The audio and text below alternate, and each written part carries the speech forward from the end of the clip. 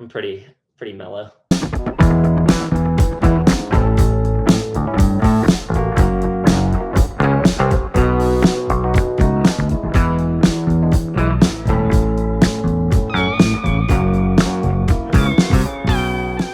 Hey everybody, welcome back to Listography. Jason and Joe coming at you. Side 3 of Foo Fighters week. We ranked all the albums, we gave you our top 10 songs, and now it's time for a discussion based on the fact that neither of us think that the Foo Fighters have a 5-star album. My favorite of theirs being Color in the Shape, which I would give 4.5 to. Joe's favorite is There's Nothing Left to Lose, which I guess also 4.5, right, Joe? 4.5. As much as I like it, and Color in the Shape and Wasting Light, not quite a perfect 5 stars. I can't quite do it. All right, so the idea for this is what other bands that we like don't have 5-star albums. So the best bands without a 5-star album. And when you pitched this idea, I thought it was great. I thought it was going to be a lot of fun to talk about. And when I actually started making my list, I realized I'm just going to get destroyed in the comments. Everybody's going to get so mad that I don't think some of these bands have 5-star albums. But it's all up for debate. People can put it down in the comments what they think. It was a little bit tougher than I thought it was going to be. Surprised to see how many bands that I think do have 5 stars, because I considered a lot and then realized, no, I would give that 5 stars, or no, I would actually give that 5 stars. So yeah, it was tough. Ideally I would like another week or two to think about it, but here we are. We might have to do a bigger 30-minute big roundtable discussion with Cramser on this one, because it could get heated, I think, with all three of us. You wanna give yours first? Yeah, I mean, I have a bunch, but I don't think it's very controversial who I don't give 5 stars to. I was trying to find a band that like everyone loves and everyone would be really pissed off about if I didn't give them 5 stars. But I think everyone on here sort of be like, okay, well, I kind of get it. I have bands like, I guess the one I like maybe the most and maybe has the most sort of 70s cachet would be Alice Cooper. There's a bunch of his albums that I really like, 4.5 stars. Almost made it on the 70s a couple times, but no 5 stars there. No 5 stars for a couple classics. The Police, maybe that might be controversial, but people didn't seem to care that much about the Police. They're one where it's almost 5 stars, but even my favorite albums of theirs always just kind of have these big glaring flaws that held it back from that extra half star. This one might be controversial. Tom Petty, for me, does not have any 5-star albums. Again, bunch of 4.5s, bunch of 4s. He's kind of like the Foo Fighters, where I just think all of his albums are good and all interesting and tons of radio hits, a million great songs, but no perfect 5-star albums. And then I have a couple that probably not controversial. Red Hot Chili Peppers, Green Day, and then a couple.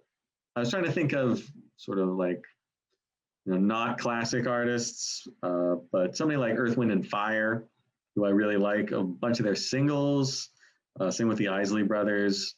Tons of songs I like. They never had like a complete album that was like, okay, this is their masterpiece. This is what I'm going to listen to. For Earth, Wind, and Fire, their greatest hits with, I think it had Fantasy on it. Maybe another one weren't on any album. So you're kind of making it tough for our listography. I can't put that on, I think it was 1978, but perfect 5-star greatest hits, but no 5-star studio album. All right, here we go. I'm going to start with a couple more contemporary artists before we get into the classic ones. This one could change if we do their listography at any point and go back. They might have a 5-star, but I don't think they do. I think they've got maybe 4 or 5 4.5-star albums. And that's The National, a band that I like a lot, but I don't think any of their albums are quite there for me. In sort of a similar vein, I've got Mac DeMarco on my list, an artist that I like all of his albums. I wouldn't give any of them a 5-star though. As well as going back maybe a decade or so, I've got Ed Harcourt on my list as well. Really like him. He's kind of been in the mix for some of my best of the year lists in the early aughts, but hasn't cracked a list, and that's because I don't really think any of them are quite 5-star albums. All right, and then we get into some of the bigger names. I've got more written here, but um, just keep in mind, everyone, like I like these artists a lot, but I know all the prog heads are going to get real mad at me right now because I don't think Yes has a 5-star album. I think they've got a bunch of 4.5-star albums, but maybe not a 5. And then one that I have no problem saying because I've said it before on the channel. I think I said it in his listography that I only give his top album like an A-. So Bruce Springsteen, I don't have a 5-star album for Bruce. The more I talk, the more angry people are going to get.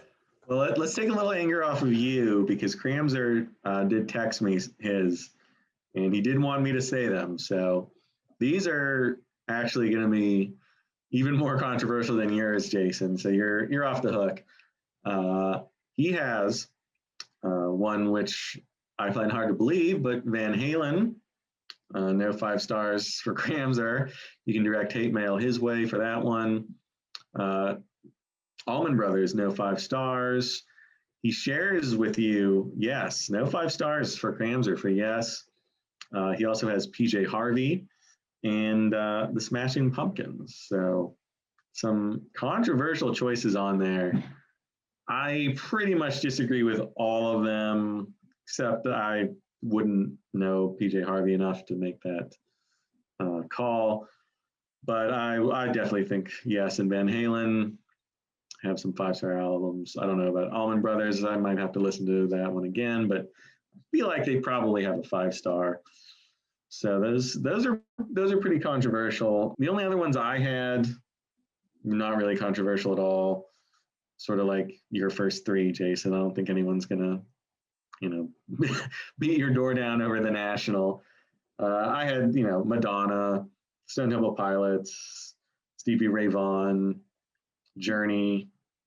I don't think any of those really have a 5-star, but I don't know if that's that controversial. So I'm surprised to hear you say you don't think STP has one. I always think of you as like a huge STP fan, but over and over again on the channel, you proved not to be.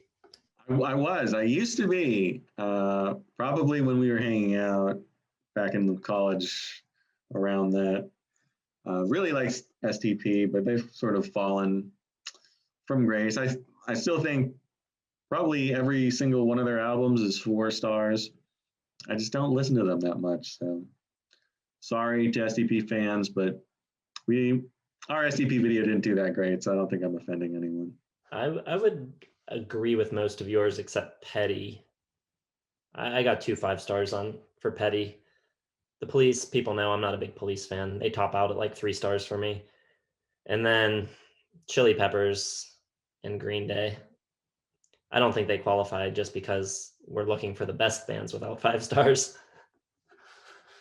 Well, to each their own. I also have to say, just for the record, I don't think Dave Matthews Band has a 5-star album either. So get off my back, everybody.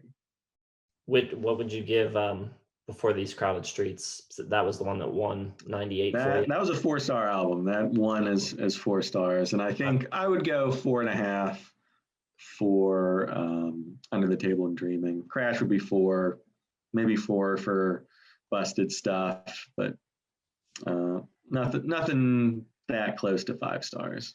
Interesting. Well, I've got some more, but I'm not going to say them. Well, we're going to do this again sometime because we'll spread out the hate.